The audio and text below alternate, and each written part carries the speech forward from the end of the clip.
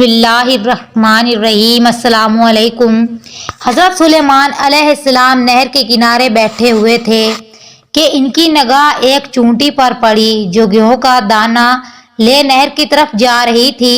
حضرت سلیمان علیہ السلام اس کو بہت غور سے دیکھنے لگے۔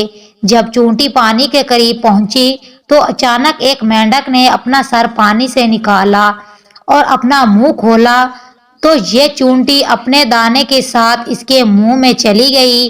مینڈک پانی میں داخل ہو گیا اور پانی ہی میں بہت دیر تک رہا۔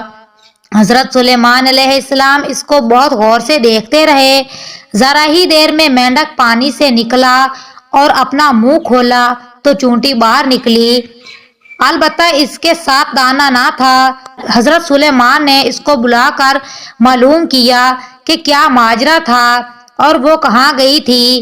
اس نے بتایا کہ اے اللہ کے نبی، آپ جو نہر کی تہر میں ایک بڑا کھوکھلا پتھر دیکھ رہے ہیں، اس کے اندر بہت سے اندھے کیڑے مکوڑے ہیں۔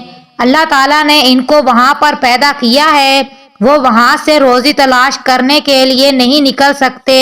اللہ تعالیٰ نے مجھے ان کی روزی کا وکیل بنایا ہے، میں ان کی روزی کو اٹھا کر لے جاتی ہوں، اور اللہ نے اس مینڈک کو میرے لیے مسخرہ کیا ہے تاکہ وہ مجھے لے جائے۔ اس کے منہ میں ہونے کی وجہ سے پانی مجھے نقصان نہیں پہنچاتا، وہ اپنا منہ بند پتھر کے سوراخ کے سامنے کھول دیتا ہے، میں اس کے اندر داخل ہو جاتی ہوں۔ جب میں اس کو روزی اس تک پہنچا کر پتھر کے سوراخ سے اس کے منہ تک آتی ہوں تو مینڈک منہ سے باہر نکال دیتا ہے۔ حضرت سلیمان علیہ السلام نے پوچھا، کیا تو نے ان کیڑوں کی کسی تسبیح کو سنا؟ چونٹی نے بتایا، ہاں، وہ سب کہتے ہیں، اے وہ ذات جو مجھے اس گہرے پانی کے اندر بھی نہیں بھولتا۔